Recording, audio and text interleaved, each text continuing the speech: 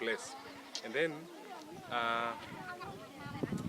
as at now, since the dawn of today, we've had deliberations and discussions about the number of, about the bride price. And actually, there are so many disagreements on what the bride price should be and how the bride price and when it should be paid. And actually, we've done a lot of deliberations, and there seems to be a lot of disagreements, both from the bride side and the bride group side. So up to now, we are not yet into any consensus, because in terms of what bride price to be paid, when to be paid, and who should benefit actually from that bride price. And up to now, we've not agreed on anything. And so this wedding will not move to the next step unless all those other steps should be followed to the latter, so that when agreements are there, consensus are being reached from both the side and both sides, then the wedding will just kick on. Yes.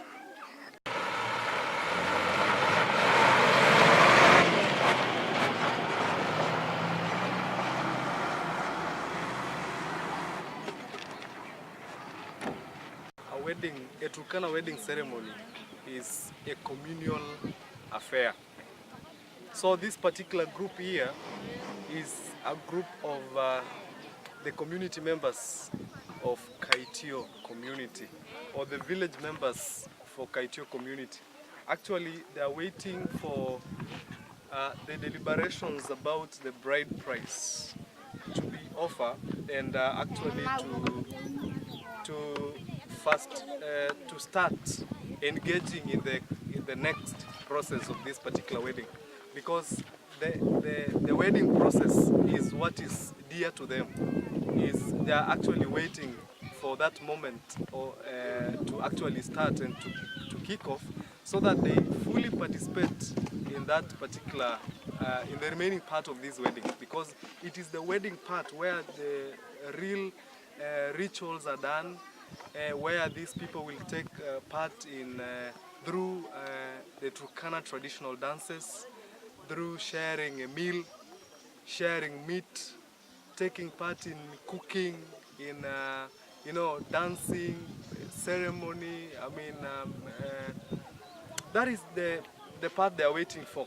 So to them, it is their prayer that the wedding, the issues to do with the bride price are over. So that is when these people will actually own that process and will take part in that process. So they're now praying hard so that the most hardest part of this wedding will be over, so that they take part in this. Yes? Are they usually involved in discussions about what is to be paid or what not to be paid? As you know, that these are not family members. Oh, yeah, these are not family members. These are neighbors. These are friends to this family. So they are not so important about discussions to determine the bride price and what to be paid. So their part is they are waiting for those discussions to be over. Then they take part in the next part of the wedding. Now, Julius, yes? If I may ask, in some communities, yes, the payment of the bride price depends on maybe the level of education, the age, or the prosperity among the family. Yes. In this group or in Turkana marriage ceremony, does yes. that matter also? That one matters a lot. You know, we are talking about the contemporary Turkana, the contemporary Turkana wedding.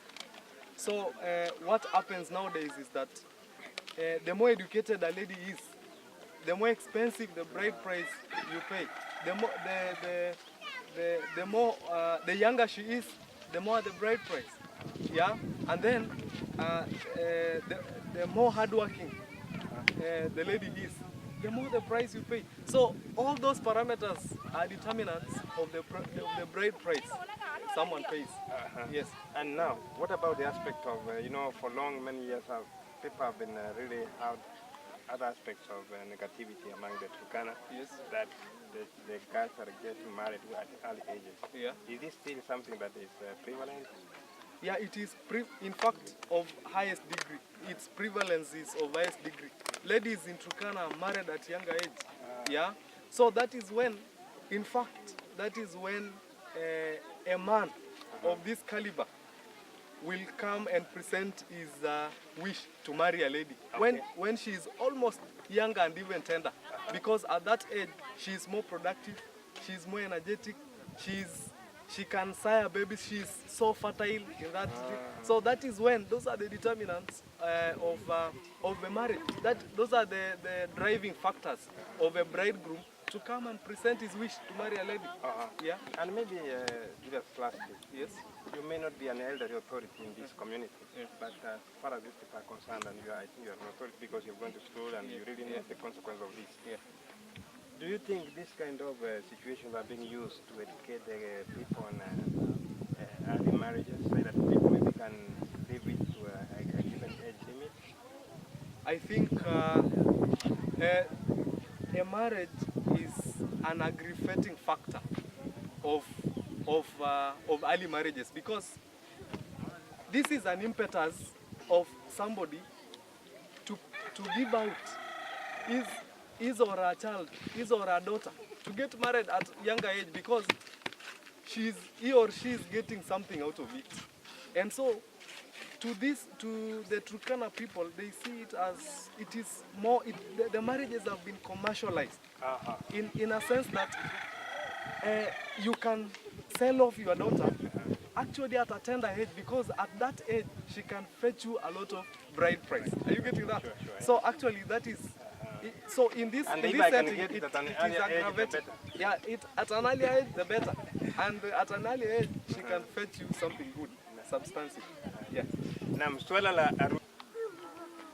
early marriages still remain a big talk among the Turkana people, but not necessarily because maybe they want it so, but because of the challenges of society, the socio-political settings of these people. There still needs to be done more as far as matters of girl-child education is concerned. You can see here a number of women who are still prepared to meet this function. And one of the major questions today is how prepared they are to be able to support the girl-child education. We are still following this celebration today, and at the climax we shall see the contributions that the people of Turkana are making, especially in matters of educating the girls in this region. So keep following with us.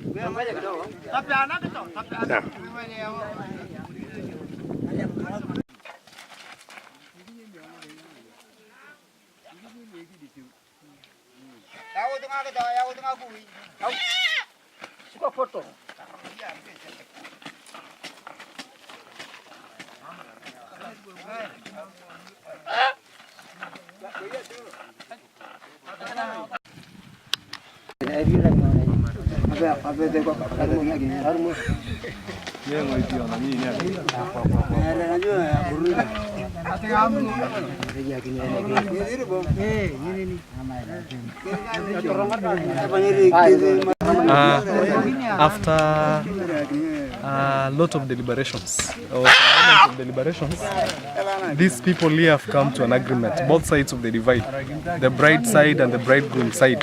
They have come into an agreement. And what they are doing now is slaughtering of the goats, to mean that they have come to a consensus.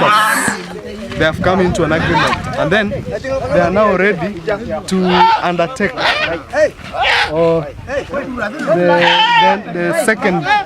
the second stage of this wedding is now kick-starting, and then the consensus is demonstrated from the slaughtering of these two goats, which will be given to one side of the divide and the other side of the divide.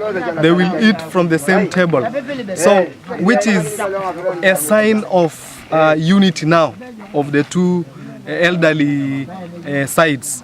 So that is what we are going to the next stage of this wedding ceremony.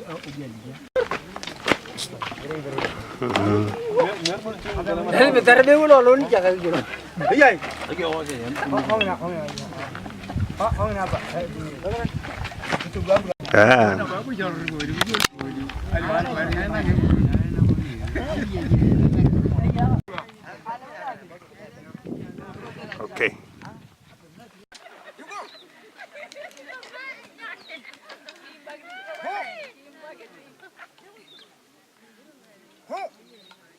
You mind taking a clip?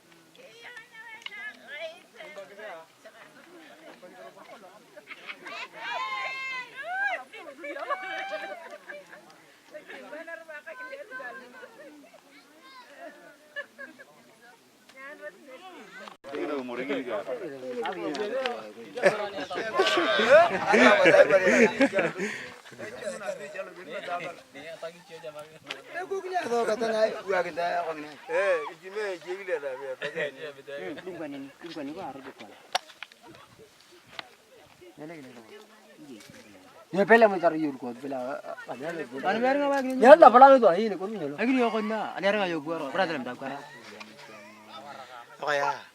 yo ko abe ko bu mang ra ni ko ko ko ni ako na mo pele ka bel Tiyo mar liuro. na mo pele ka bel dina ba lo pele ka lo boy ni Oh, kita bay.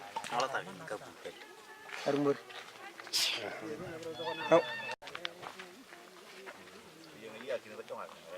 Oh, yang yang. apa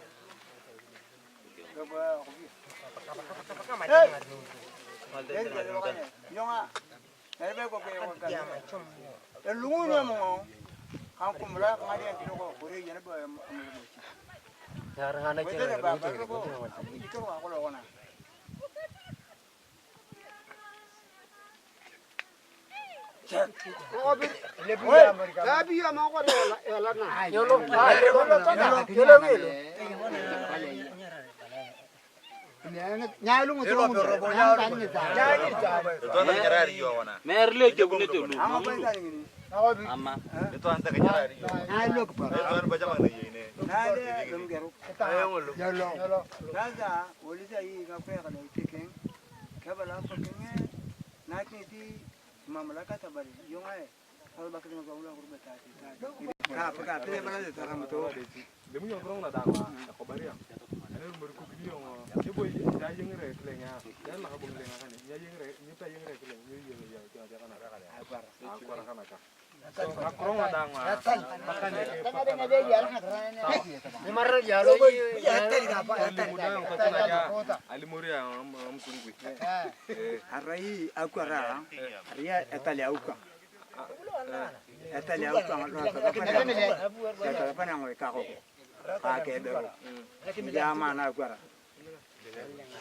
Amana kwara ngiya puari ha kechum.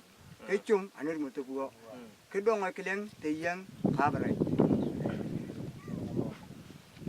Cannot do that. Arumor na ga iberba akringa koko. Ne ketuan kilo. Ngizina tabai tapa ka pede. Lomoi oh. Betara kena tu aku menjadi koko ni. Ngizi amana ecumango. Ari apa ke kili? Ecum bercangani. Anir muria tu bugo. Anangnya kenai. Ini apa gini? Aku begini kan. Nah, tu kan tanah bang barni. Nyana baca dulu. Yang mau bondong itu kan kumulai. Ataram. Okay. To give a summary of what he has said, that during at the dawn of this day, there were a lot of disagreements on the bride price to be paid, and as we are standing here, we are almost close to reaching to a consensus, and the killing of these two goats signifies or demonstrates that actually we are very close to a consensus. People are now to an agreement, and then the slaughtering